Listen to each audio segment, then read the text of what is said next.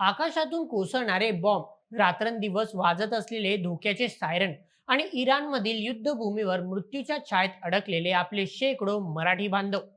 एकीकडे हा काळजाचा ठोका चुकवणारा थरार सुरू होता, तर दुसरीकडे महाराष्ट्राच्या विधानसभेत एक असा राजकीय चमत्कार घडला ज्याने संपूर्ण राज्याचे डोळे विस्पारले. राजकारणात एकामेकांचे कट्टरवैरी असलेले नेते जेव्हा एकाच सुरात एकामेकांचे कौतुक करू लागतात, तेव्हा नक्कीच काहीतरी ऐतिहासिक घडलेले असते.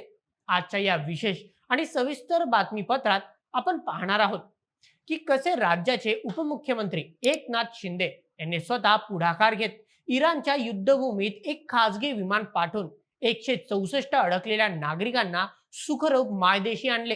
आणि सर्वात मोठी बातमी म्हणजे या थरारक मोहिमेनंतर उद्धव ठाकरे गटाचे कट्टर नेते आमदार अनिल परब यांनी सर्व राजकीय वैर्य बाजूला ठेवून भर विधानसभेत उपमुख्यमंत्री शिंदे यांचे तोंड भरून कौतुक केले. या चर्चेत मुख्यमंत्री देवेंद्र फडणवीस आणि आमदार संजय केणेकर यांनीही मोलाची माहिती दिली. मृत्यूच्या दाढीतून माणसांना बाहेर काढणारी मिशन इराण मोहीम आणि महाराष्ट्राच्या राजकारणातील तो सुखद धक्का. चला तर मग या संपूर्ण प्रकरणाचा सविस्तर आणि रोमहर्षक आढावा घेऊया आजच्या व्हिडिओमध्ये. इराण आणि इस्रायल यांच्यातील संघर्ष शिगेला पोहोचला असताना इराणमधील विमानतळ आणि हवाई क्षेत्र म्हणजेच एअर स्पेस अत्यंत असुरक्षित झाले होते. व्यावसायिक उड्डाणे रद्द झाली होती. तिथे अडकलेल्या महाराष्ट्रातील नागरिकांना काय करावे हे सुचत नव्हते. जेव्हा ही बातमी महाराष्ट्रात पोहोचली तेव्हा उपमुख्यमंत्री एकनाथ शिंदे यांनी अत्यंत जलद गतीने पावले उचलली. सरकारी लालफितीच्या कारभारात वेळ न घालवता त्यांनी आपल्या पक्षाच्या वतीने थेट एक खासगी विमान म्हणजेच चार्टर्ड प्लेन इराणला पाठवण्याची व्यवस्था केली. इराणमध्ये अडकलेल्या लोकांची आणि तिथल्या स्थानिक यंत्रणांची तातडीने संपर्क साधण्यात आला. युद्धजन्य परिस्थितीत व्यावसायिक विमाने बंद असल्याने एका विशेष विमानाची तजवीज करण्यात आली. अत्यंत धोक्याच्या आणि तणावाच्या वातावरणात हे विमान इराणमध्ये उतरले आणि तब्बल 164 अडकलेल्या नागरिकांना घेऊन सुखरूप मायदेशी महाराष्ट्रात परतले. जेव्हा हे लोक मुंबईत उतरले तेव्हा त्यांच्या आणि त्यांच्या कुटुंबियांच्या डोळ्यातून वाहणारे आनंदश्रू या बचाव मोहिमेचे यश सांगते. मृत्यूच्या छायेतून आपल्या माणसांना परत आणणारा हा थरार एखाद्या चित्रपटापेक्षा कमी नव्हता. आता वळूया या बातमीच्या दुसऱ्या आणि सर्वात आश्चर्यकारक भागाकडे.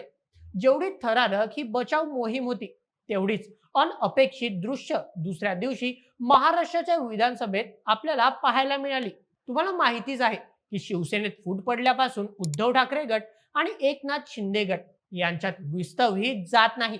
एकामेकांवर अत्यंत बोचरी टीका करण्याची एकही संधी हे दोन्ही गट सोडत नाही. पण ज्या दिवशी इराणमधून लोकांची सुटका झाली त्या दिवशी विधानसभेत राजकीय वैर्य पूर्णपणे बाजूला ठेवून माणुसकीचे दर्शन घडले. विधानसभेचे कामकाज सुरू असताना भाजपचे आमदार संजय केणेकर यांनी युद्धजन्य परिस्थितीत परदेशात अडकलेल्या महाराष्ट्रातील नागरिकांचा मुद्दा उपस्थित केला. त्यांनी मागणी केली की राज्य सरकारने या लोकांना परत आणण्यासाठी पुढाकार घ्यावा.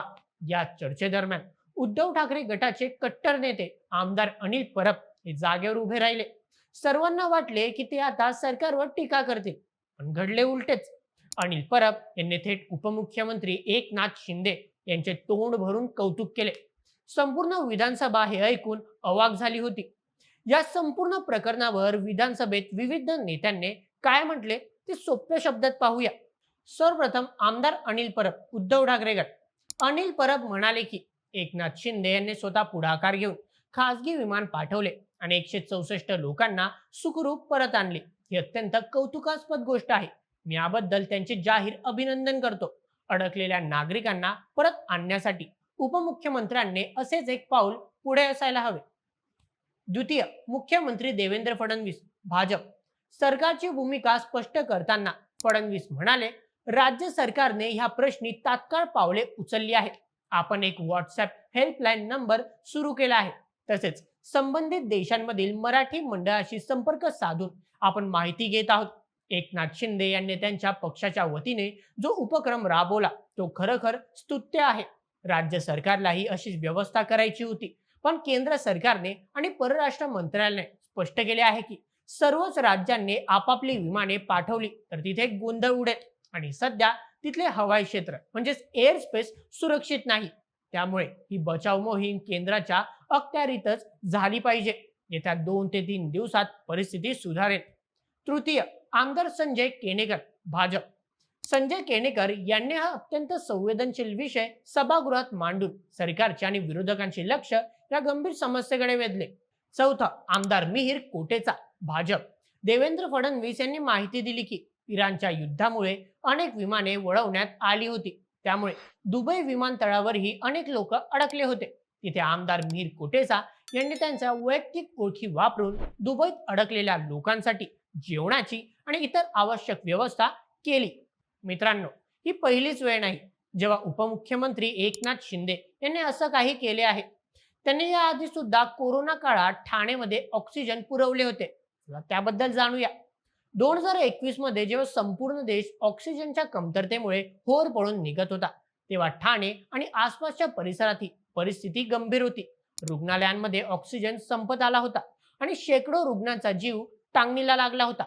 त्यावेळी सध्याचे उपमुख्यमंत्री आणि तत्कालीन पालकमंत्री असलेल्या एकनाथ शिंदे यांनी जे केले ते आजही ठाणेकर विसरलेले नाही. जेव्हा ऑक्सिजनचे टँकर वेळेवर पोहोचत नव्हते, तेव्हा एकनाथ शिंदे स्वतः मध्यरात्री रस्त्यावर उतरले होते. त्यांनी केवळ आदेश दिले नाही, तर ग्रीन कॉरिडॉर करून ऑक्सिजन टँकर वेळेत रुग्णालयांपर्यंत कसे पोहोचतील याची प्रत्यक्ष देखरेख केली होती. ऑक्सिजनचा तुटवडा भासू नये म्हणून त्यांनी युद्ध पातळीवर ठाण्यात ऑक्सिजन जनरेशन प्लांट उभारण्यासाठी रात्रंदिवस मेहनत घेतली होती.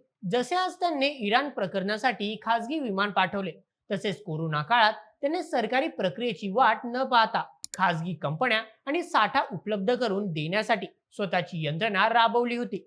संकटाच्या वेळी फाईलपेक्षा माणसाचा जीव महत्वाचा असतो, ही त्यांची कामाची पद्धत कोरोना काळात सिद्ध झाली होती आणि आज इराणच्या युद्धातही त्याचेच दर्शन घडले आहे.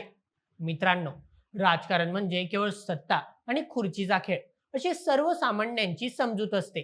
पण जेव्हा संकटाची वेळ येते, जेव्हा आपल्याच मातीतील माणसांचे जीव धोक्यात असतात, तेव्हा हे सर्व राजकीय मतभेद कसे गळून पडतात याचे हे एक उत्तम उदाहरण आहे. अनिल परब यांची एकनाथ शिंदे यांनी केलेले कौतुक हे दाखवून देते की राजकारणाच्या पल्ल्यात जाऊन माणुसकी अजूनही जिवंत आहे. पण अजूनही कथा संपलेली नाही. 164 लोक परत आले असले तरी अजूनही काही भारतीय आणि महाराष्ट्रीयन नागरिक त्या युद्धभूमीवर अडकलेले असू शकतात. केंद्र सरकार आणि राज्य सरकार त्यांच्या सुटकेसाठी रात्रंदिवस प्रयत्न करत आहे. युद्ध थांबेल का? उर्वरित लोक सुखरूप आपल्या घरी आपल्या आई वडिलांच्या कुशीत कधी परततील?